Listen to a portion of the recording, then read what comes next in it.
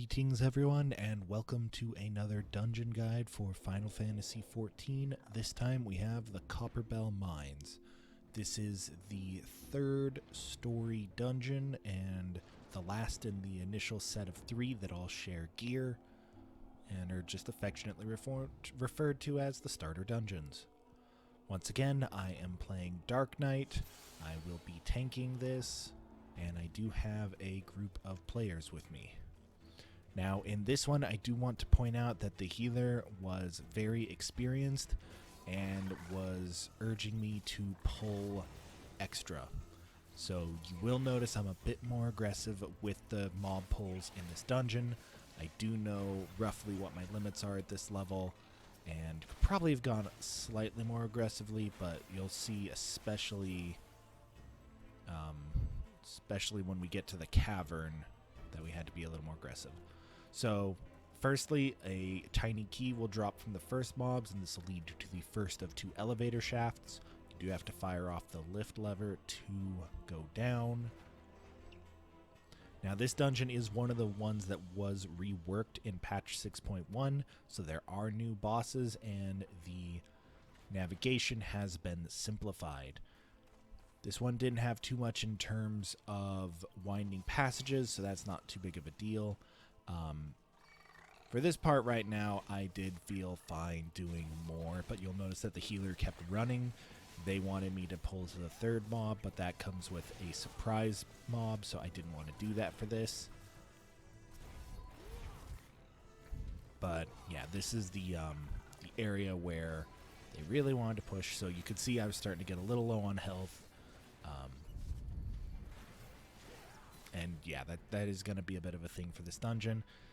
A message to healers: if your tank does not want to pull more, do not make them. Let people pull at their own race. It's obvious I'm a veteran player because I have one of the max level relics, but you know, don't put pressure. So in this case, because I took out that first mob, I knew it would be okay to grab the giant and keep going. But again, it's generally considered rude to pressure your tanks to pull more.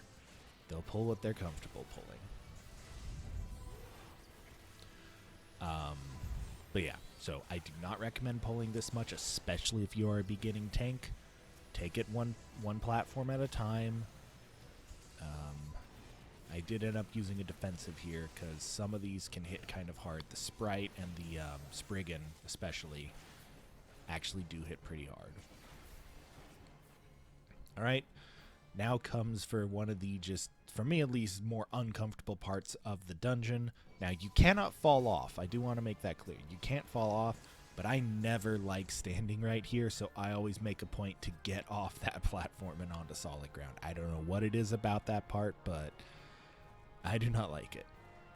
Alright, so, once again, pulling bigger. I think this is the last batch before the first boss. And the first boss is going to have some mechanics to go over now. Before, it was just a gauntlet you had to endure, and eventually the boss would fall down and die.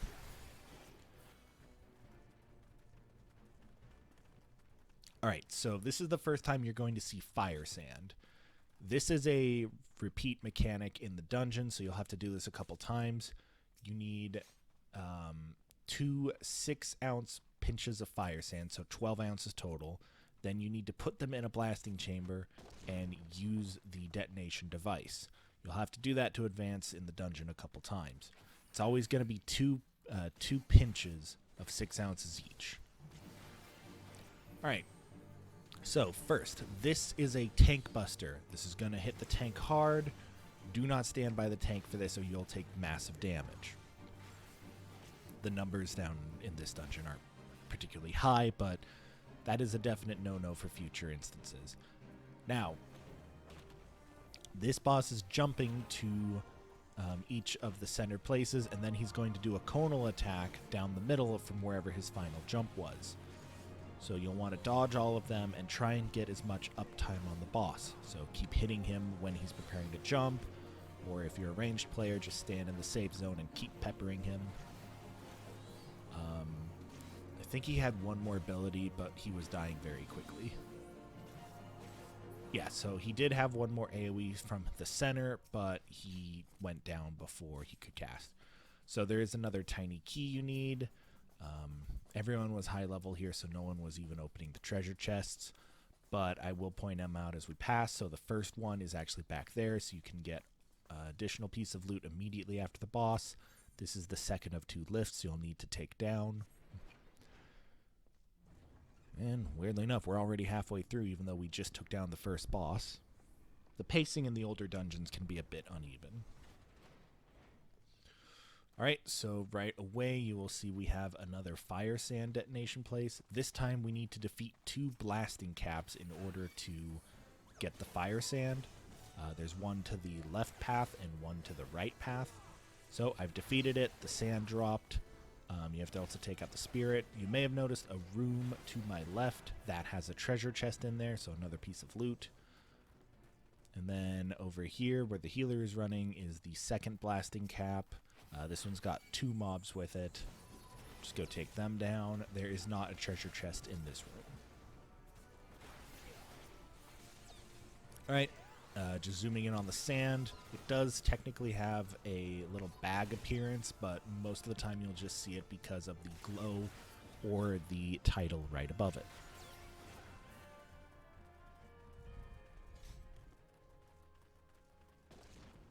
Alright, the healer did all of the exploding mechanics.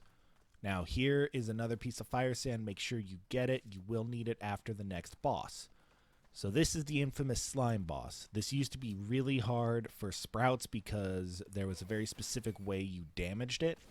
And if you didn't have someone who understood the fight with you, it would be hard to even trigger. But now the boss just has a divide mechanic. And I guess a little slime attack, but he's going to be dividing for most of this.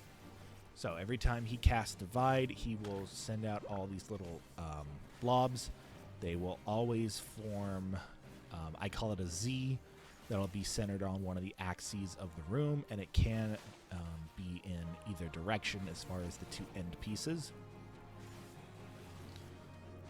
So it'll do a little splatter, but at this point our damage was high enough, it was just getting divided. I was able to tank it in a way where I had a ton of uptime on the boss, so even when it was exploding, I was still doing damage. The other DPS and the healer were also attacking. I might do a dungeon as a healer just to be able to talk about the green DPS, but there goes the boss. Another piece of fire sand, rinse and repeat the process. For those who do not get to experience the old version of the boss, there was a blasting device you'd have to press. A blasting cap mob would spawn, and then you'd have to haul it over, hurt it so that it would self-destruct, and then cause the boss to split into pieces. You had to do that 4 times. It was very complicated. So here, once again, you can see the healer is pulling a lot, kind of trying to get me to do as much. This was definitely the maximum amount I was willing to pull because I knew that mob was there. And these living fossils do a cone attack that could kill an unsuspecting DPS. Alright, so... Whew, yeah, okay, this is the part where I had to use all of my defenses. I have a damage down debuff as well as bulwark. Alright, after this, you will follow the tunnels. I will point out that on the map there was a left option we could have taken that would have led to another treasure chest and a couple of lost spirits. The final treasure chest is on the left. There used to be mobs there, but it is now safe to just go for it. And then down at this tunnel will be the final boss. Fun fact, in this dungeon, you are the bad guy. The giants we've been fighting have been imprisoned for hundreds of years and are now escaping to freedom. They were slaves of a prior empire that were sealed away when they rebelled. Unfortunately, we were hired as adventurers to put down their rebellion so that mining may continue. I will point out it was not the Olden people who did this. It was the prior empire, who I don't remember the name of. And not Alig either. It was only a few hundred years ago. Alright, final boss. His mechanics are very simple, just a bunch of different AoE combinations to dodge.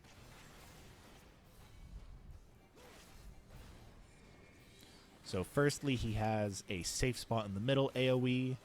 So you'll just want to get really close for this one. Next, he'll have your standard AoE pulse from him at the center, so you'll want to stand back. He does move for this one. Oh, right, and then this one will spawn a second batch. Now, those will explode after the first ones. You do have time where you could theoretically stand in them, wait for the first one to explode, and then move into the safe spot it creates, or you could just avoid them all. He then does his safe spot center AoE, and then I think he dies before he does any more mechanics. Oh, right, and a tank buster, but that's being generous. All right, that is Copperbell Mines, the first of the redone dungeons. Let me know if you want to see more dungeon guides. I will keep making them then. Thank you all for watching, and farewell.